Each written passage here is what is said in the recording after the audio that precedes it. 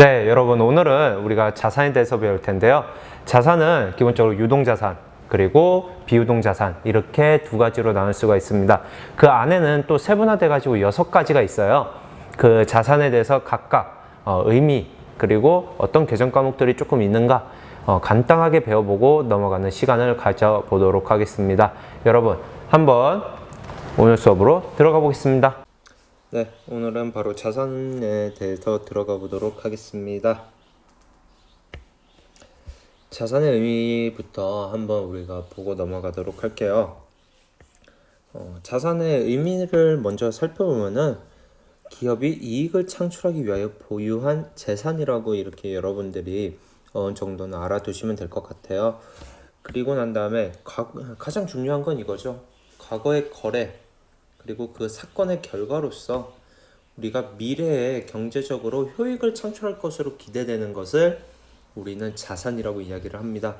한마디로 과거에 무슨 사건이나 과거에 여러분들이 뭔가가 있었을 거예요. 여러분들도 그렇고 쌤도 그렇고 언제든 과거에는 뭔가가 있었어요. 그거로 바탕으로 해가지고요. 우리의 미래에 무언가가 우리한테 경제적으로 조금 더 이익 이런 것들을 가져다 줄 것으로 기대되는 것을 우리는 자산이라고 이렇게 이야기를 할 수가 있겠습니다. 네, 다음으로 유동자산 그리고 비유동자산에 대해서 한번 보도록 할게요. 유동자산과 비유동자산을 어떻게 나누는가, 의미를 서로 어떻게 가지고 있는가, 그리고 난 다음에 그 안에는 어떤 자산들이 있는가 라는 것을 좀 배워보도록 하겠습니다. 우선은 유동 그리고 비유동 자산 한번 살펴보도록 할게요.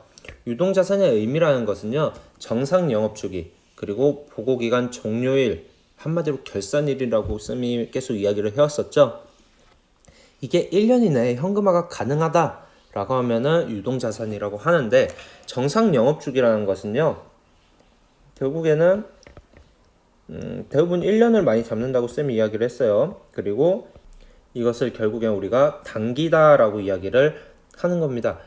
한마디로 이거는 올 회계년도로 이야기를 많이 해줄 수가 있을 겁니다. 이거 또는 보고기간 종료일, 결산일, 한마디로 12월 31일로 많이 잡는다고 했죠.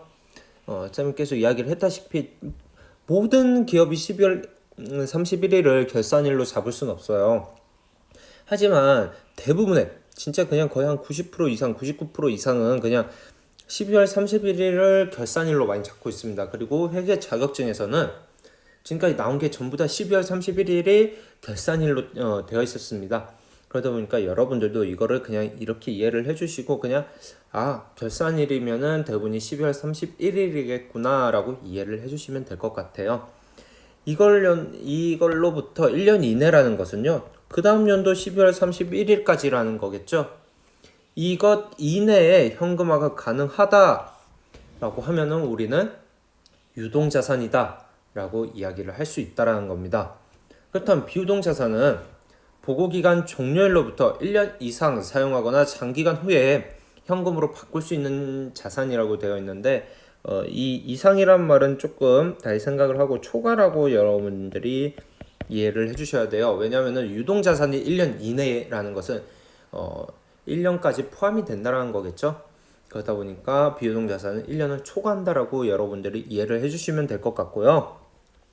보고기간 종료일이라고 되어 있죠. 이것 또한 당연히 12월 31일로 생각을 해서 이 12월 31일부터 1년을 넘어가면은 우리가 현금으로 바꿀 수 있다라고 생각하면 그 비유동 자산이라고 이야기를 하는데, 대체적으로 그냥 대부분 1년이 넘어갔다라고 하면은 그냥 비유동 자산이라고 많이 이야기를 하고 있습니다. 재무 상태표는 우리가 기본적으로 유동성 배열법에 따라서 작성을 하게 되는데, 이거는 자산과 부채가 이렇게 작성이 된다라는 걸 좀 이해를 해주셔야 돼요. 자산 같은 경우에도 여러분들 가장 위에 있는 쌤이 나눠준 계정과목표 맨 위를 보면은 현금이 가장 위에 있죠. 그리고 나서 뭐 보통예금, 당좌예금 뭐 이런 식으로 순서가 쭉 이어져 있어요. 이것만 보더라도 현금은 현금 그 자체잖아요. 유동성 배열법이라는 것 자체가 뭐냐면 한마디로 현금화가 얼마나 빨리 되는가 라는 것을 이야기를 하는 겁니다. 현금은 현금 그 자체죠. 보통 예금 현금으로 바로 사용할 수 있죠. 당좌 예금 똑같습니다. 외상 매출금 받으러 그쵸? 그러고 나서 밑으로 쭉쭉쭉쭉 내려가다 보면은 뭐 토지, 건물 막 이렇게 밑에 있죠. 이런 것들은 현금화를 하려면 1년은 넘어서서 대부분이 바꾸게 된다라는 거죠. 이렇게 자산 그리고 부채도 똑같아요. 이런 식으로 현금화가 빨리 되는 것 순서대로 대부분 재무상태표는 작성을 하게 되어 있다라는 것을 꼭 이해를 해주셔야 됩니다. 그리고 이제 자산의 종류를 한번 보도록 하겠습니다. 자산에는 아까도 말했다시피 유동 그리고 비유동 이렇게 나누게 되고요. 이것의 두 개의 구분은 1년이라는 기준으로 이내면은 유동, 초과면은 비유동으로 나뉜다라고 했어요. 그렇다면 당좌 자산하고 재고 자산이 이렇게 유동 자산에 포함이 된다라고 되어 있고 투자, 유형, 무형, 기타 비유동이 비유동 자산에 이렇게 포함이 됩니다. 우선은 이 종류들을 한번 먼저 보도록 하겠습니다. 당좌 자산 안에는 현금, 보통 예금, 당좌 예금, 단기 매매 증권, 외상 매출금, 받으럼 다 보시면요. 돈과 관련되어 있다고 조금 생각이 될 거예요. 대부분이 뭔가 물품, 상품, 물건들이 아니라 뭔가 돈과 많이 관련되어 있는 경제품과 많이 관련되어 있는 것들이 많습니다. 하지만 재고 자산을 볼게요. 상품, 제품, 저장품, 제공품, 다품, 한마디로 물건이다라는 거예요. 재고 자산은. 이 당좌 자산과 재고 자산의 차이가 뭐냐면요. 당좌 자산은 판매 과정이 필요 없다라는 거예요.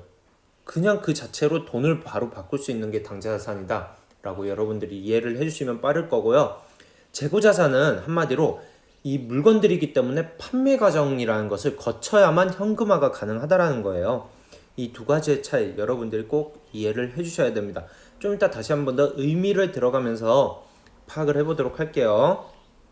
그리고 투자 자산 같은 경우에는 쌤이 투자 여기 회계에서의 투자를 한번 이야기를 했던 것 같은데 그냥 일반적으로 투자를 영업으로 하는 게 아니라 영업을 하고 나서 남은 돈으로 우리가 회사가 이제 무엇을 할까라고 고민을 하다가 이제 그 남은 돈을 투자하는 게 투자 자산이라고 했죠. 한마디로 투자 같은 경우에는요. 다른 기업을 인수합병한다거나 투자를 통해서 그 다른 기업을 잡아먹기 위해서 대부분이 사용하는 게 투자 자산이다 라고 조금 생각을 해주시면 되고 유형 자산은 영업용으로 뭔가 사용을 할 건데 그 형태가 보이는 것들 있을 유자의 형태 형자를 사용하게 되죠. 그러다 보니까 형태가 보이는 자산들 그리고 1년을 넘어서는 것들 그리고 영업용으로 사용할 것들 이 세 가지의 조건이 충족이 되면은 우리는 유형 자산이다 라고 이야기를 하게 됩니다. 그래서 토지, 건물, 기회장치, 뭐 비품 이런 것들 전부 다 유형 자산에 해당이 될 수 있다라는 거고요. 무형 자산은 당연히 유형과 다르게 무형, 없을 무자의 형태 형자 한마디로 형태가 없는 것들이죠. 하지만 1년은 넘어설 것, 그 다음에 경제적 가치가 있는 것들 이런 것들을 우리는 무형 자산이라고 합니다. 영업권, 영업에 대한 권리예요. 이게 형태가 보입니까? 아니죠. 그냥 권리 그 자체는 형태가 보이지 않아요. 개발비, 뭔가 개발하는 게 눈으로 보여요? 개발하고 있는 연구원들의 모습을 보이지만 개발하고 있는 것 자체가 무엇인지는 볼 수가 없다라는 거고요. 소프트웨어, 프랜차이즈, 강업권, 어업권 이런 것들도 전부 다 형태는 보이지 않지만 우리가 경제적 가치가 있으면서 1년을 넘게 사용할 수 있는 것들을 이야기하게 된다라는 겁니다. 그리고 나서 기타 비유동 자산 한번 볼게요. 장기 매출 채권, 임차 보증금, 장기 미수금 약간 보면은 대부분이 당좌 자산과 의미가 비슷한 것들이 많아요. 당좌 자산에서 미수금, 당좌 자산에 당좌 자산 있는 게 아니죠. 어쨌든 임차 보증금은 아니고요. 장기 매출 채권, 매출 채권이라고 하는 외상 매출금과 받으러 이게 장기. 한마디로 이 기타 비용 자산은 약간 돈과 관련된 것들이 많지만 그래도 정확히 따지자면은 투자, 유형, 무형 이 세 가지 자산에 속하지 못했지만 1년을 넘어서 사용할 것들로 예상되는 것들을 다 모아둔 게 기타 비유동 자산이다 라는 겁니다. 한번 의미를 다시 한번 되새겨 보면서 우리가 오늘 수업을 마무리해 보도록 하겠습니다. 당자, 재고, 투자, 유형, 무형, 기타 비유도 이렇게 나뉜다고 했죠. 당자자산 같은 경우에는 아까도 이야기했죠. 판매 과정을 거칠지 않고 판매 과정이라는 것을 거칠 필요가 없어요. 왜냐? 우리는 거의 돈과 관련된 것들인데 돈과 관련된 것들을 굳이 판매할 필요가 있다라는 거예요. 필요가 없다라는 거죠. 그걸 통해서 우리가 현금화가 될 수 있다라는 것을 당자자산이라고 이야기를 한다라는 거고요. 재고자산은 아까도 봤다시피 계정 과목들이 다 물건, 품목에 대부분 관련된 것들이에요. 그러다 보니까 그거는 그 자체가 돈이 될 수는 없죠. 그렇기 때문에 판매라는 것을 통해 가지고 1년 이내에 현금화를 할 수 있다 라고 하면은 우리는 재고자산이다 라고 이야기를 합니다. 투자자산 같은 경우에는 여유자금이라는 것이 있어요. 우리가 돈을 영업 목적으로 다 사용하고도 남은 돈들 이거를 장기간 동안 투자를 해가지고 수익을 내거나 타기업을 지배하려고 인수합병이라고 하죠. 대부분이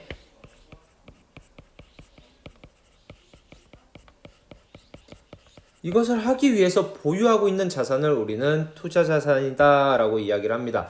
즉 1년을 넘어서 가지고요 투자를 통해 현금화할 수 있는 자산이라고 딱 생각을 해주시면 될 것 같아요. 유형자산 같은 경우에는 재화의 생산, 용역 제공, 임대 목적, 물리적 형태에 있는 자산이라고 되어 있는데요.